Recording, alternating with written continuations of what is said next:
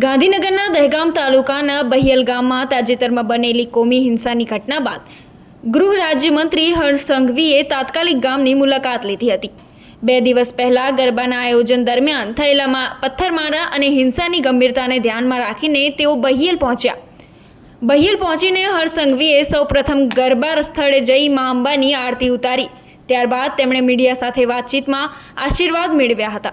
તેમણે સ્પષ્ટ શબ્દોમાં તોફાની તત્વોને કડક ચેતવણી આપી હતી અને જણાવ્યું હતું કે કોમી વૈષમ્ય ફેલાવનારા અને હુલ્લડ કરનારા એક પણ આરોપીને છોડવામાં નહીં આવે। પોલીસે ઘરોમાં છુપાયેલા આરોપીઓને પણ શોધી કાઢ્યા છે અને કડક કાર્યવાહી કરી છે। માં અંબાની ભક્તિમાં બહિયલ ગામના માં અંબાના ભક્તો સાથે મળીને આજે માતાજીની આરતી કરવાનો લાવો મને પ્રાપ્ત થયો છે।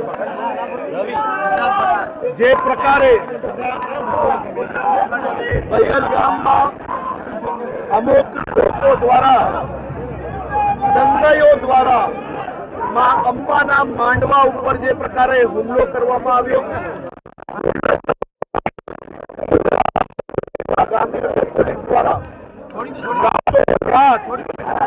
આ દંગાઈઓ ઘરમાં છુપાયા હતા તો કોઈક અભરાઈએ છુપાયું હતું તો કોઈ ટાંકીની પાછળ જઈને છુપાયું હતું।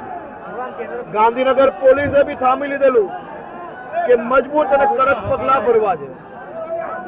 ઘરના દરવાજાઓ તોડીને એક દંગાઈઓને શોધીને પકડવામાં આવ્યા છે। આ એક દંગાઈઓ ઉપર મજબૂતાઈથી પગલા ભરવા જોડે આ ગામની અંદર જે નુકસાન પહોંચાડ્યું છે તેનું આખું સર્વે કરીને આ તમામ દંગાઈઓના જેટલા બી વિડીયો જેની પાસે મળે છે એ ગુજરાત પોલીસને મોકલવા, જેથી એકનો ચહેરો ઓળખીને ઇન્વેસ્ટિગેશન દરમિયાન આ નુકસાનનું તમામ રકમ એ લોકો પાસેથી કઈ રીતે વસૂલી શકાય તે દિશામાં કામ કરવાની સૂચના ગાંધીનગર પોલીસને આપવામાં આવી છે। હજી બી જે લોકો ભાગી રહ્યા છે એને બચાવનાર કે છુપાવનાર લોકોને બી ગુનેગાર ગણવામાં આવશે અને એમની ઉપર બી સખ્તાઈથી પગલા ભરવામાં આવશે। હું આજે આ માઈ ભક્તો જોડે અહીંયા આરતી કરવા આવ્યો છું। ગામમાં એમની સાથે રહીને મા ભક્તિનો અવસર આજે મને પ્રાપ્ત થયો।